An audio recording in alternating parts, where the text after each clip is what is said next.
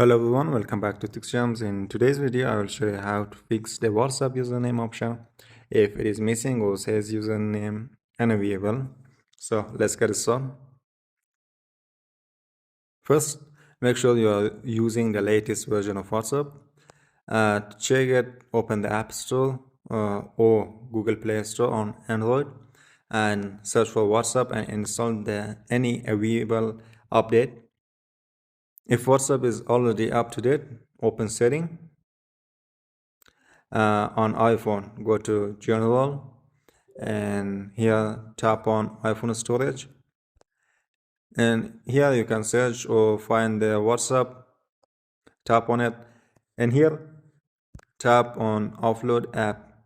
Don't worry, this won't delete your chats or data, and reinstall the WhatsApp and check again if the username option is still missing or it says username unavailable. The feature may not be available for your account or region yet. In that case, you will need to wait for a future WhatsApp update. That's it. If you found this video helpful, don't forget to leave a like and subscribe to TechGems for more easy tech tutorials. Thanks for watching, and I will see you in the next video.